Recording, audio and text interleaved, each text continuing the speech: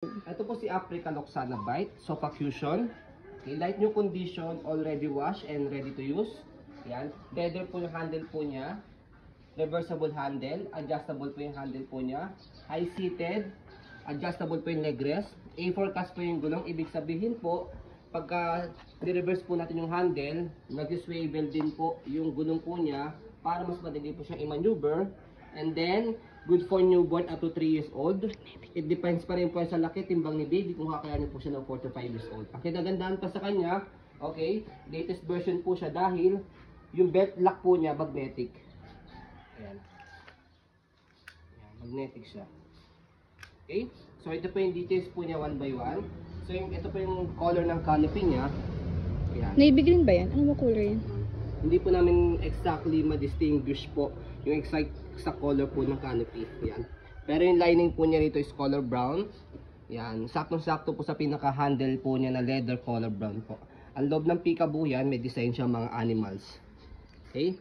Meron din dito sa kabila. Okay? So, ganyan po siya kapag full canopy. Okay? So, meron siyang lock dito sa dalawang side. Angat nyo lang po yan kung gusto nyo po siya i-fold by half o kaya by full. Okay? So, sa seating pad niya, ayan, kompleto. Meron sa headrest, meron sa body. Okay? Harness pad, belt lock, magnetic, ayan. Okay? Ayan. And then front handle, okay, press nyo lang po itong color white. Pag ilalagay si baby, angat nyo lang po siya. Ayan. Okay?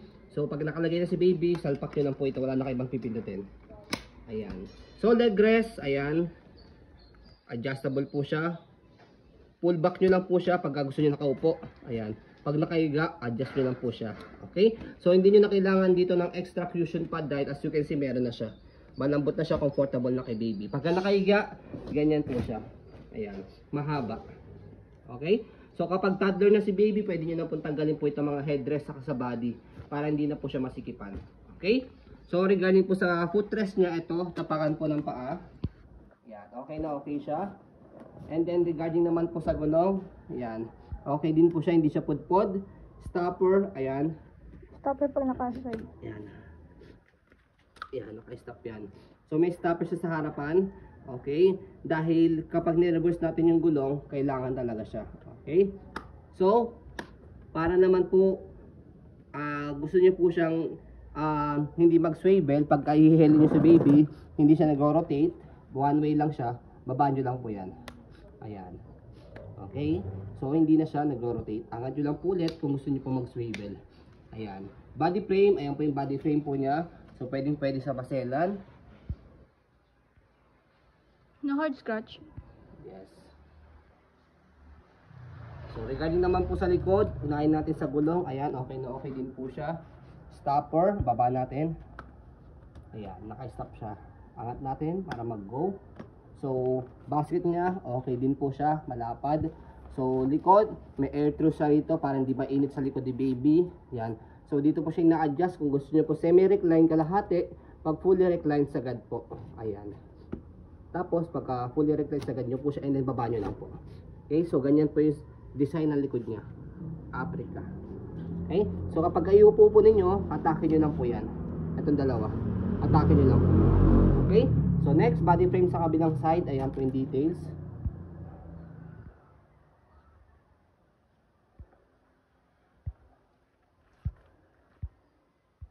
Ayan. So regarding po sa handle, ayan, napakaganda ng handle niya kasi leather po. Okay? So na-adjust din po siya. Press natin. Ayan. Depende po sa height na magtutulak. Okay? So ayan. So kapag i-reverse po natin, angat nyo lang po ito and then shoot nyo po dito. As you can see, pagka nakaharap pong ganyan, yung harapan po nag-swivel na gulong, yung likod hindi. Pero kapag i-reverse po lang yung handle, ito naman po yung mag-swivel sa kanya. So ito naman po yung maglalak.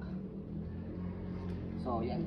Napansin po ninyo, nag-lock na po ito, yung likod naman pong gulong siya yung nag-swivel.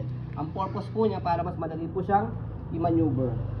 So ayan, ganyan po yung design po niya kapag po naka-reverse. Ayan. Okay, hanapin po sa amin ganitong stroller ito. Siyempre alam nyo naman po, kilala ang brand po ng Africa. Okay? 34,000 ulit price yan. Yes, ang original price is 34,000. Okay? Pero syempre, we're selling this as low. Okay? Low pero hindi po super low. Okay? Kasi light yung condition po ito. Okay? So again, balik po natin para ma-check po natin kung paano po siya i-fold. So sa pag-fold po sa kanya, make it sure na malak muna yung gulong dito. Ayan. And then yung harapang gulong is mas-swivel siya. And then, hold canopy. Kailangan naka-sitting pad. Okay, nakaupo. And then, kailangan naka-unlock, naka-red kasi kapag naka-lock siya, hindi nyo mape-press. Okay? So, slide, press, one hand open, one hand fold. Kaya, kahit tawag si baby, kaya nyo po itong i-open sa i-fold. Angat, tapos baba. So, yun. Gano'n lang siya kadali.